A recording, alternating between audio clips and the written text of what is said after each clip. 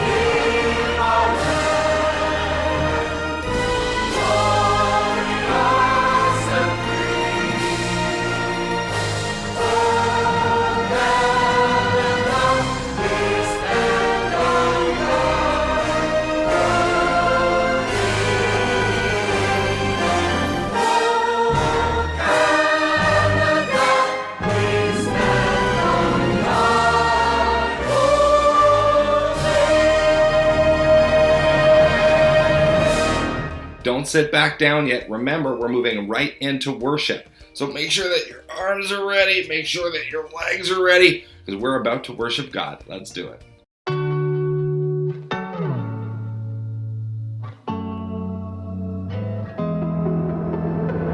There's nowhere you won't go, nothing you won't do, no place that I could hide. You're always in pursuit. I'm never too far gone, always in your side. When I wait for you, you're always right on time.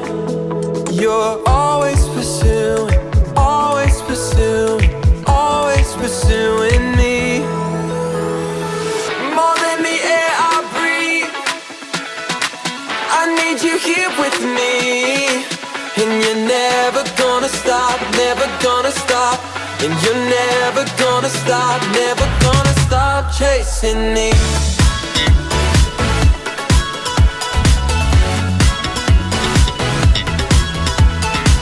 You made a way for me, opened up the door.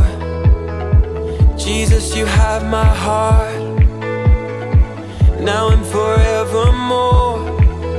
You're always pursuing, always pursuing, always pursuing me. More than the air I breathe, I need you here with me. And you're never gonna stop, never gonna stop. And you're never gonna stop, never gonna stop chasing me. More than the air I breathe, I need you here with me. And you're never gonna stop, never gonna stop. And you're never gonna stop, never gonna stop chasing me.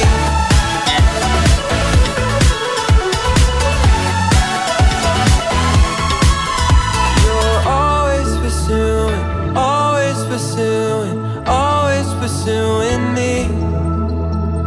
Your love is chasing, your love is chasing, your love is chasing me.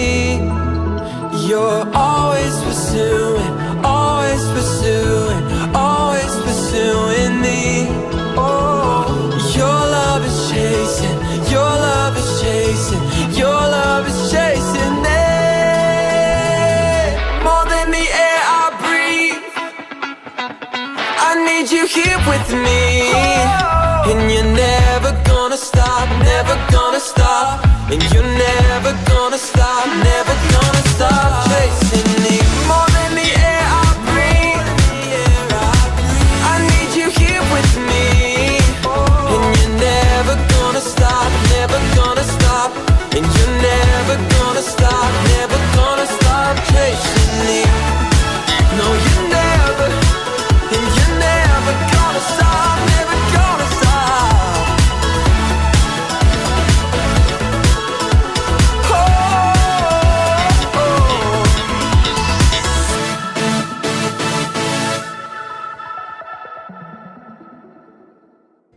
Please be seated. As you know, it's difficult for us to interact when I'm a pre-recorded video. It makes it a little difficult. So I think the way to make that a little bit more fun is by adding in a game. All you have to do is watch, listen, and hopefully win the game. Think you can do it? Let's get right into it. Yes. All right, that's enough. Thank you very much. Ladies and gentlemen, welcome to another exciting episode of Will It Float? The show where we put items in a pool of water and see if it floats. It's very simple for you to win this game. All you have to do is correctly predict if or if not the object that I'm about to put in the pool will correctly float. Let's start off with something nice and easy. One beautiful rubber ducky. Something come out of it. I am going to place this rubber ducky in the pool of water. Do you think this rubber ducky is going to float? Yes? No? Let's find out. Here we go. It floated! Congratulations if you got that right. We now know a rubber ducky floats. Let's see what other items we can put on. The next item is a laundry detergent pod. It's got fluid in it, but can't keep fluid under it. What do you think? Let's find out. It floated! And if you want to do any laundry, just send it my way and we'll get that taken care of. The next item, sunglasses. Do you think the sunglasses are going to float or not float? Let's find out. They didn't float! Oh, Pastor Gerald. Too bad about those sunglasses. The next item is a browning banana. I'm sure we're going to use this to make banana bread at some point, right? Do you think it's going to float? Let's find out. It floats! Gotta say, I'm surprised. I thought that was going to sink. And now, a giant Mega Bloks brick. What do you think? Think it's going to float or not float? Here we go.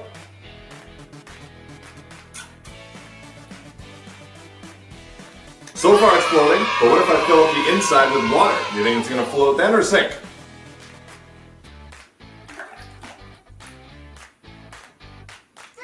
It's still floating. Very interesting. Keeping the fruit tradition going, we now have a lemon. What do you think is going to happen to the lemon? Do you think it's going to sink or going to float? Let's find out.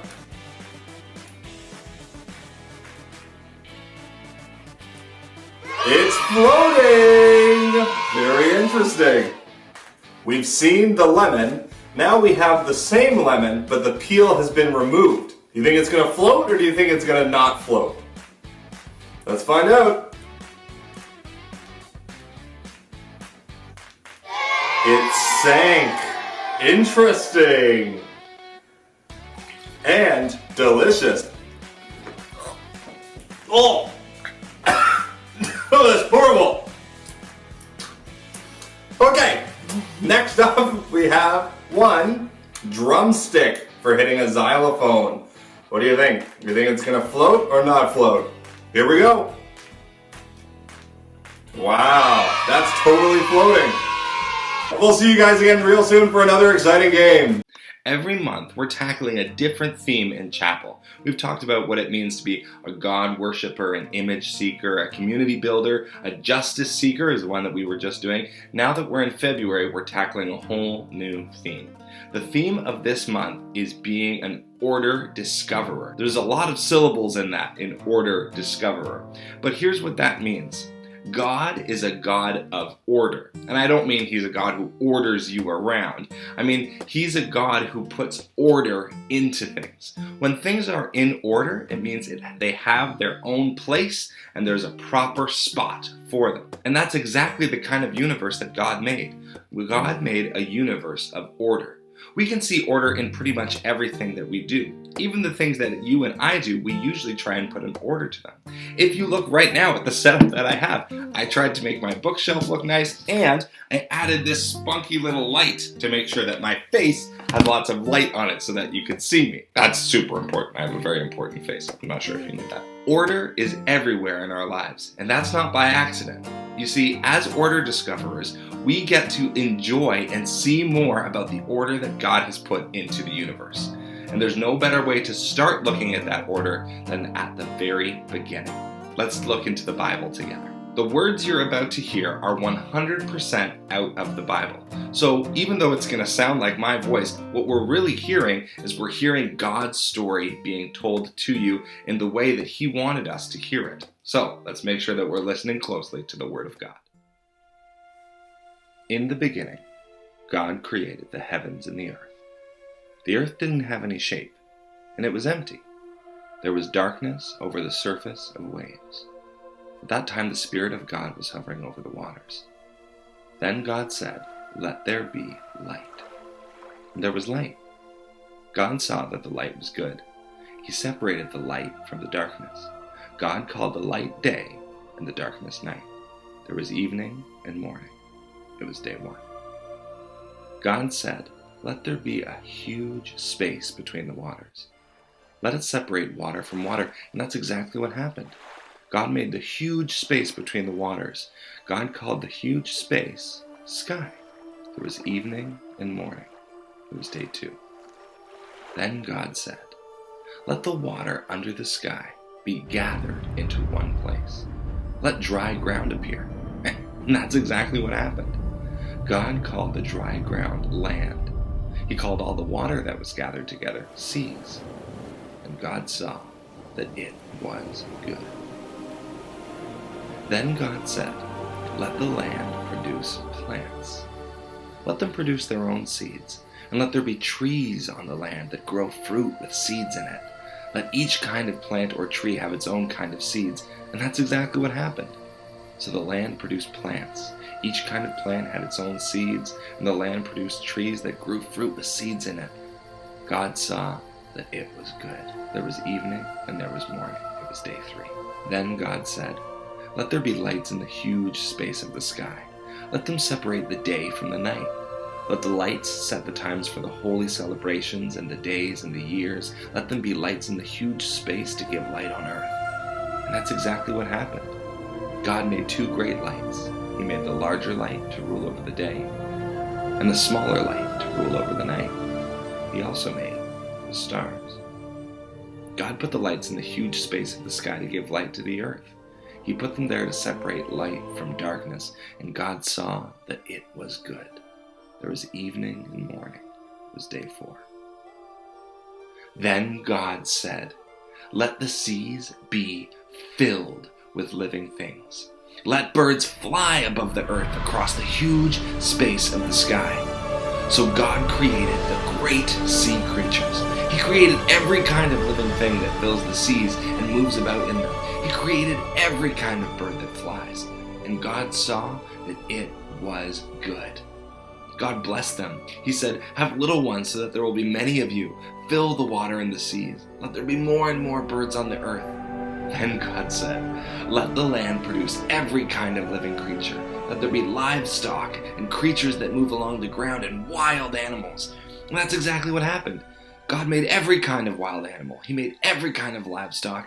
He made every kind of creature that moves along the ground. But then God said, "Let us make human beings so that they are like us. Let them rule over the fish in the seas and the birds in the sky. Let them rule over the livestock and all the wild animals.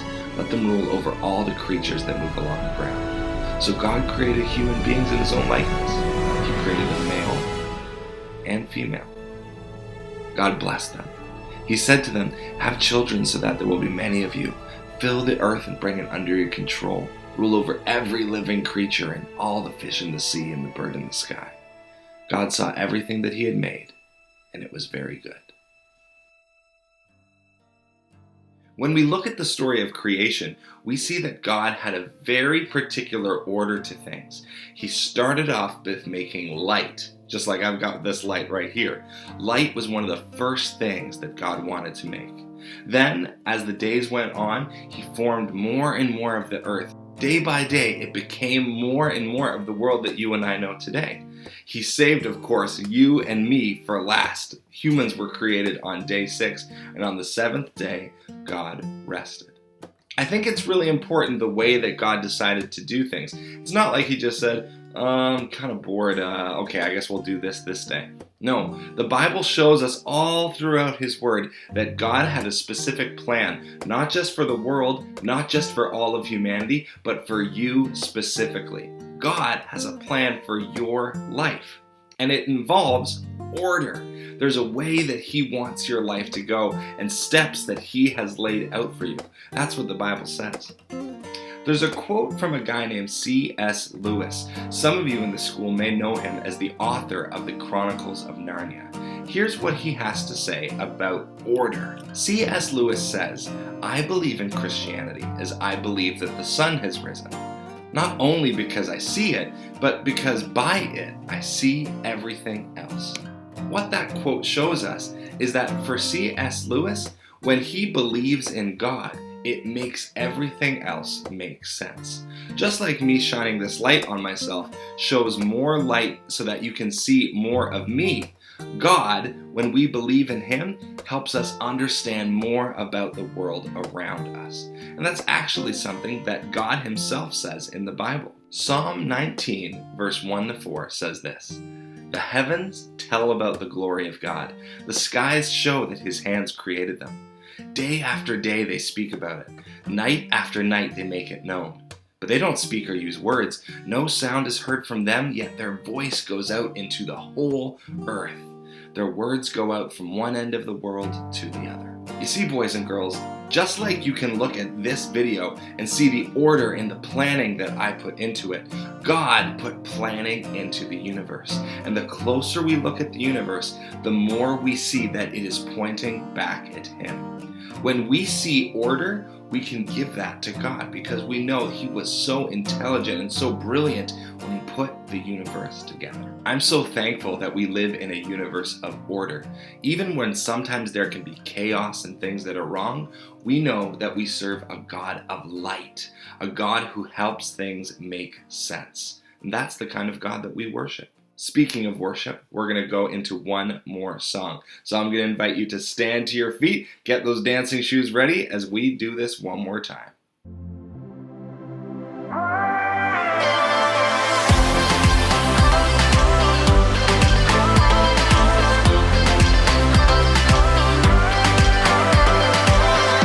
There's no shadow of doubt when we look to you now, and all that you've done.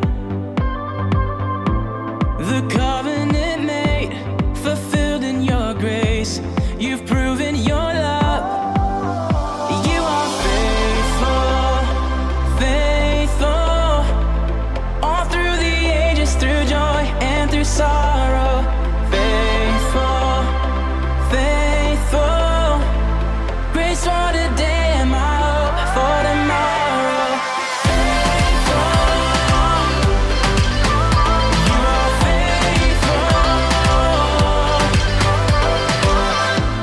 Through seasons of change, Lord, you will remain steady and true.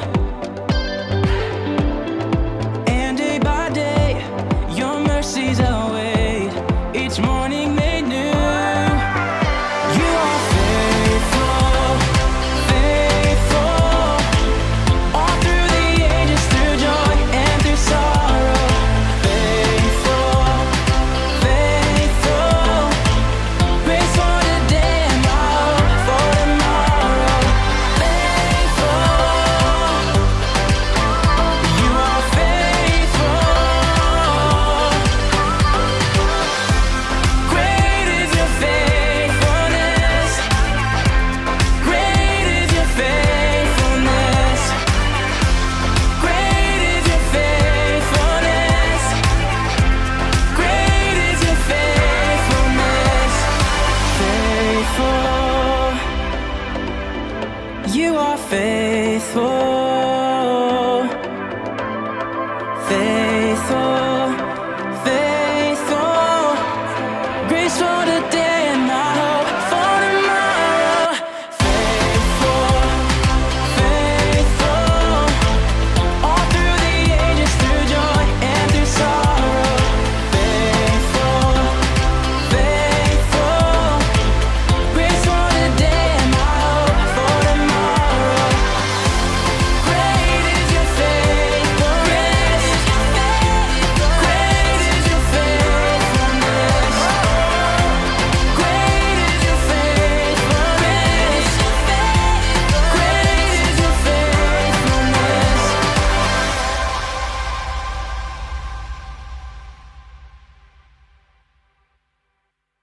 that's all the time we have for today. Before we go, I'm going to say our theme verse. Be strong and courageous. Do not be afraid. Do not be discouraged. For the Lord your God will be with you wherever you go. It's been so great hanging out with you guys. I'll see you again really soon.